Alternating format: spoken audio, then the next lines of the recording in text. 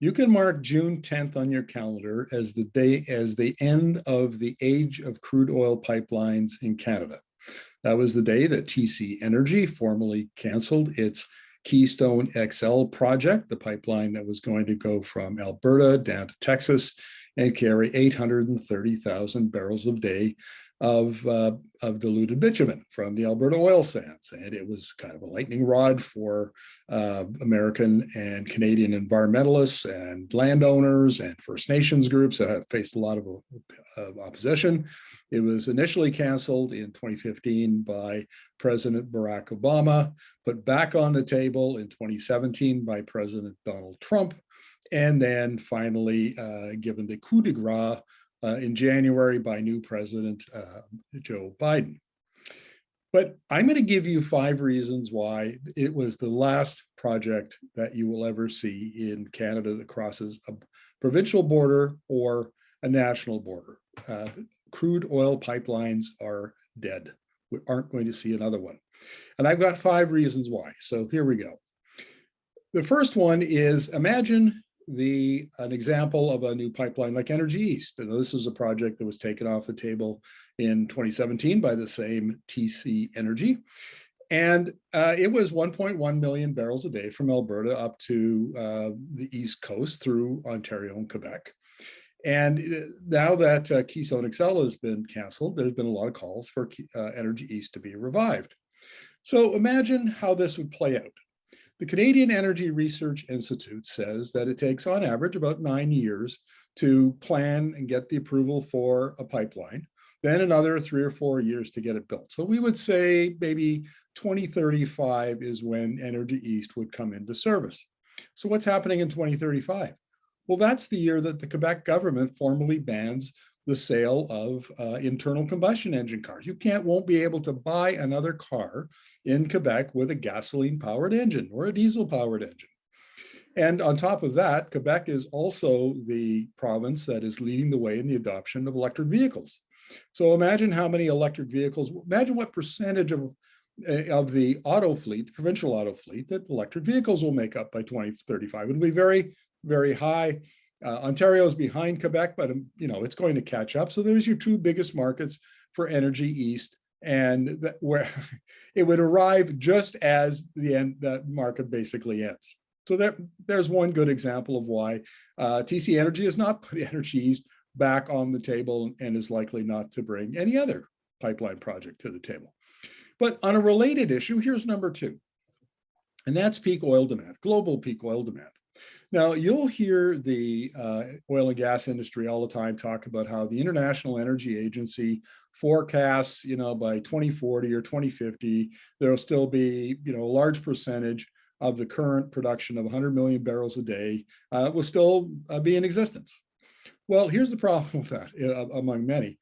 The problem is that the IEA doesn't do those kind of forecasts. Now, I interviewed a couple of years ago Tim Gould, who's the economist that does the scenario planning for the IEA, and he said, we don't do that. We only go out 5 years at most for a forecast. Everything else after that is a scenario. So it's a possible future, and they always do multiple scenarios. So they've got one based on, the base case. They've got one on stated policies. They've got an accelerated case, maybe sustainable development or a net zero case. And in the latest case that came out just a couple of weeks ago, their net zero by 2050, demand would only be 25 million barrels a day. So the peak oil demand is coming, is probably, according to Olivier Lejeune, another IEA economist I interviewed here just last month. He said probably, mid to late 20s, early 2030s at the most. So why would you build new pipelines, which are 50-year infrastructure at the least, when global demand for your product is going to begin before you even get the pipeline built or decline? Sorry. So anyway, there's number 2. Number 3 is opposition from environmentalists, First Nations, local communities, landowners, and so on, has done nothing but accelerate and increase over the last 10, 12 years. I cannot imagine Canada building another pipeline to the West Coast. Trans Mountain expansion was incredibly contentious and mobilized First Nations, all of the groups that I just mentioned. And while the federal government pushed through Trans Mountain expansion, it just has that feeling that this is the last time, that nobody would propose a pipeline against all that local opposition, and the government would be very unlikely to approve it. And the same can be said everywhere. I mean, it's a popular misconception that the Americans never protest any of their pipelines. They protest every pipeline that crosses a state border. I've done multiple interviews with American economists and legal experts about this, and it's a myth that the Americans don't challenge pipeline projects. Dakota Access would be one. There was a natural gas pipeline on the eastern coast just a few months ago that was canceled because the proponents got tired of fighting opponents in the courts over it. So the environment for pipelines is just so toxic and so anti and not going to change clearly, that I can't see another company bringing forward a major crude oil pipeline. Number 4, there are other ways to get bitumen to market. For instance, if down in the US Gulf Coast, there is a tight market down there, thanks in part to American sanctions against Venezuela. Venezuela, which is our, Canada's biggest competitor in the 10 million barrel a day heavy oil market. And it's lost probably 2 million barrels a day or more of production because of the American sanctions. So that means that the global supply has tightened, and there's more demand in the US Gulf Coast, which has 2.5 million barrels a day of heavy oil refining capacity. It's the biggest in the world. And if Canada can get oil down there, it will fetch a good price. But there's other ways of getting it there. And there's 2 I want to just mention. One is partial upgrading. So this is homegrown Alberta technology that upgrades bitumen from basically, it's almost like peanut butter, to a medium or heavy crude oil that will flow in a pipeline. Currently, the only way to get it to flow in a pipeline is to dilute it with lighter hydrocarbons, about 30%. So that means that there's 30% of that pipeline is full of a product that has no value. So if you could upgrade that bitumen, you would probably, according to a University of Calgary study a couple of years back, add $10 to $15 a barrel, and you'd basically fill up the current pipeline system to its capacity and take out the light hydrocarbons, the diluent. And by my guess, there's about 500,000 barrels a day of diluent flowing through those pipelines. That's basically the capacity of a Trans Mountain expansion. Now, back in 2019, shortly after he was elected, Premier Jason Kenney and the UCP government canceled the Notley government's $2 billion partial upgrading program. There was a program in place that would have freed up space in pipelines, and they canceled it. This is at the time I said it was a really dumb move, and in light of the cancellation of Keystone XL, it looks doubly dumb.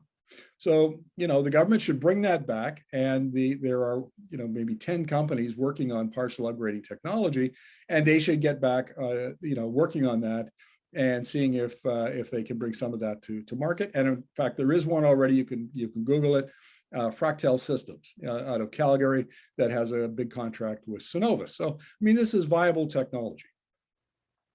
So, the second one is called DRUBIT, D-R-U-BIT. It's diluent recovery unit. So basically what Gibson Energy is in partnership with ConocoPhillips. They're doing, I think, about 50,000 barrels a day. And they have a pipeline. They take it down to a diluent recovery unit. So the diluent is taken out of the dilbit and then put in special cars that keep it just warm enough so that it doesn't solidify. And then it gets shipped down to the US Gulf Coast.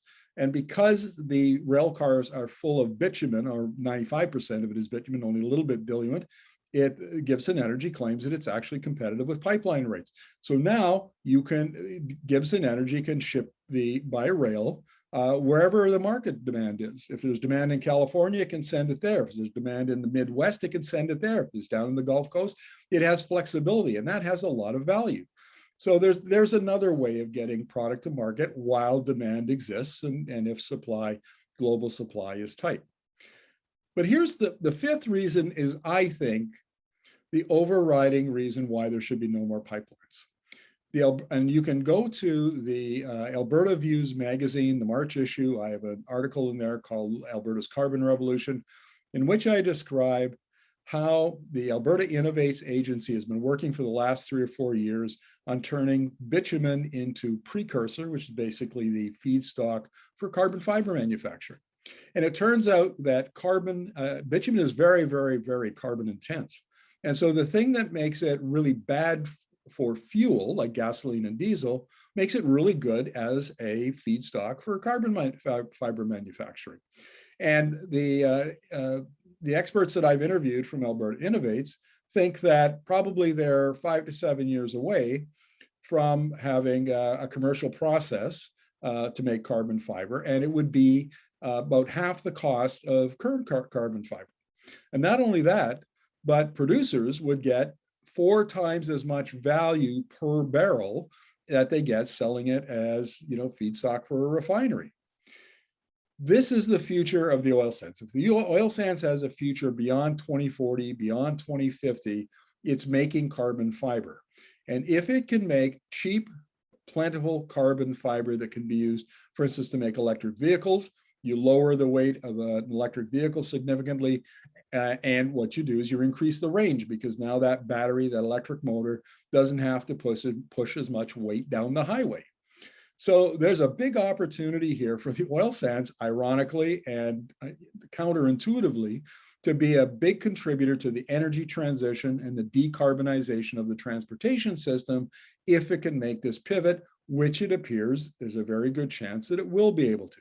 And I think that the other 4 are perfectly good reasons and very sound, solid reasons why we're not going to see any more crude oil pipelines.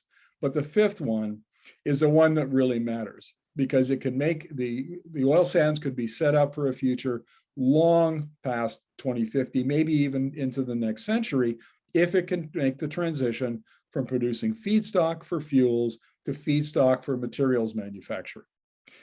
So there you have it. That's the argument why we will never see another crude oil pipeline in Canada. And in fact, I would argue we really don't want one, even if there were, by some magic, a market demand for it emerge, say, in the next 10 or 20 years.